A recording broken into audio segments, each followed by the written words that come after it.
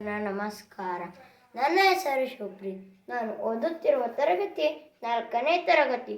ನಾನು ಇಂದು ಸಂತ ಸೇವಾಲಾಲ್ ಮಹಾರಾಜರ ಬಗ್ಗೆ ಒಂದೆರಡು ಕಥೆಯನ್ನು ಹೇಳಲು ಬಯಸ್ತೇನೆ. ತಂದೆ ಭೀಮನಾಯಕ, ತಾಯಿ ಧರ್ಮಿಣಿ ಬಾಯಿ. ಅವರು ಬಾಲ್ಯದಲ್ಲಿ ಏನಾಯ್ತೆಂದರೆ ಅವರ ತಾಯಿಗೆ ಸಂತಾನ ಪ್ರಾಪ್ತವೇ ಆಗಲಿಲ್ಲ. ಮರಿಯಮ್ಮ ದೇವಿ ಅವರ ಹತ್ತಿರ ಹರಕೆಯನ್ನು ಹೊತ್ತರು. ನೀವು ನನಗೆ ಸಂತಾನ ಪ್ರಾಪ್ತವನ್ನು ಕೊಟ್ಟರೆ ಆ ಮಗುವಿಗೆ 12 ವರ್ಷಗಳು ತುಂಬಿದಾದ ನಂತರ ನಾನು ನಿಮ್ಮ ಸೇವೆಯನ್ನು ಸಲ್ಲಿಸಲು ಕಳುಹಿಸಿಕೊಡುವೆ ಎಂದು ಹರಕೆ ಹೊತ್ತಿ ಅವರು ಮನೆಗೆ ಬಂದರು.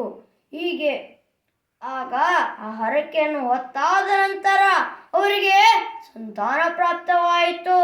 ಸಂತ ಸೇವಾಲಾಲ್ ಅವರು ಮೊದಲನೆಯ ಮಗ ಬದ್ದು ಪೋರ. ಈ 3 ಮಕ್ಕಳು ಸಹ ಜನಿಸಿದರು.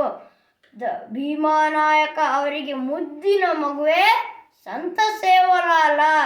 ಆಗ ಅವರಿಗೆ 12 ವರ್ಷಗಳ ತುಂಬಿತು ಸಂತ ಸೇವಾಲಾಲ್ ಮಹಾರಾಜರಿಗೆ.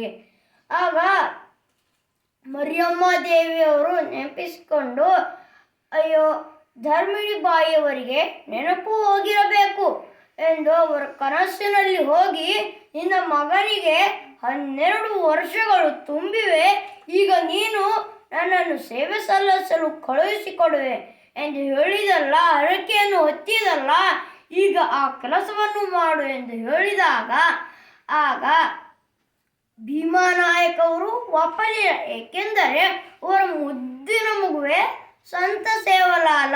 ಹೀಗೆ ಮಾಡುತ್ತಾ ಅವರ ವ್ಯಾಪಾರದಲ್ಲಿ ಹಾನಿಯಾಗಲು ಉಂಟಾಯಿತು. ಹೀಗೆ ತಂಡದ ಜನರಿಗೂ ಸಹ ಅನಾರೋಗ್ಯ ಉಂಟಾಗಲು ಪ್ರಾರಂಭವಾಯಿತು. ಅವರು ಸಂತ ಸೇವಾಲಾಲ್ ಅವರು ಬಾಲ್ಯದಲ್ಲಿ ಪವಾಡಗಳನ್ನು ಮಾಡ್ತಾ ಇದ್ದರು. ನೀರನ್ನು ತುಪ್ಪವನ್ನು ಮಾಡಿ ಯಜ್ಞವನ್ನು ಮಾಡ್ತಾ ಇದ್ದರು. ಕೆಸರನ್ನು ಪಾಯಸ, ಹುಗ್ಗಿಯನ್ನು ಮಾಡಿ ಕುಡಿತಾ ಇದ್ರು. ಆಗ ಹೀಗೆ ಆಗುತ್ತಾ ಅವರ ವ್ಯಾಪಾರದಲ್ಲಿ ನಷ್ಟವಾಯಿತು. ತಾಂಡದ ಜನರಿಗೆ ಅನಾರೋಗ್ಯ ಉಂಟಾಗುತ್ತಿತ್ತು. ಆಗ ಭೀಮನಾಯಕರು ತಮ್ಮ ತಪ್ಪನ್ನು ಒಪ್ಪಿಕೊಂಡು ಆಗ ಅನಾರೋಗ್ಯ ಉಂಟಾಯಿತು ತಾಂಡದ ಜನರಿಗೆ. ಉಂಟಾದಾಗ ಭೀಮನಾಯಕರು ತನ್ನ ತಪ್ಪನ್ನು ತಿದ್ದಿಕೊಂಡು ಸಂತ ಸೇವಾಲಾಲ್ ಮಹಾರಾಜ ಅವರನ್ನು ಮರಿಯಮ್ಮ ದೇವಿಯ ಸೇವೆಯನ್ನು ಸಲ್ಲಿಸೋದಕ್ಕೆ ಕಳಿಸಿಕೊಟ್ರು. ಆಗ ಸಂತ ಸೇವಾಲಾಲ್ ಅವರು ಶ್ರೀಕೃಷ್ಣ ದೇವರ ಭಕ್ತರಾಗಿದ್ದರು. ಆಗ ತಂದೆಯ ಇಚ್ಛೆಯಂತೆ ಅವರು ಮರಿಯಮ್ಮ ದೇವಿಯ ಭಕ್ತನನ್ನಾಗಿ ಸೇವೆಯನ್ನು ಸಲ್ಲಿಸುತ್ತಿದ್ದರು. ಅವರಿಗೆ ಹೀಗೆ ಒಂದು ದಿನ ಹೋಗ್ತಾ ಇರುವಾಗ ಪೋರ್ಚುಗೀಸರ ಹಡಗು ಅಲ್ಲಿ ಸಿಕ್ಕಾಕೊಂಡಿತ್ತು. ಆಗ ಅದನ್ನು ತೆಗೆಯುವುದಕ್ಕೆ ದೊಡ್ಡ ದೊಡ್ಡ ಯಂತ್ರಗಳನ್ನು ತರಿಸಿದರು. ಆದರೂ ಸಹ ಅದು ಉಪಯೋಗವಾಗಲಿಲ್ಲ. ಆಗ ಸಂತ ಸೇವಾಲಾಲ್ ಅವರು ಹಾಗೆ ನಡೆದುಕೊಂಡು ಹೋಗ್ತಾ ಇರುವಾಗ ಅದನ್ನು ನೋಡಿ ಅವರು ತಮ್ಮ ಶಕ್ತಿಯಿಂದ ಅದನ್ನು ಸಿಕ್ಕಿಕೊಂಡ ಹಡಗನ್ನು ತೆಗೆದರು. ಆ ದಡದಿಂದ ಇನ್ನೊಂದು ದಡಕ್ಕೆ ಪೋರ್ಚುಗೀಸರನ್ನು ಕಳುಹಿಸಿಕೊಟ್ಟರು. ಆಗ ಇದನ್ನು ನೋಡಿ ಪೋರ್ಚುಗೀಸರು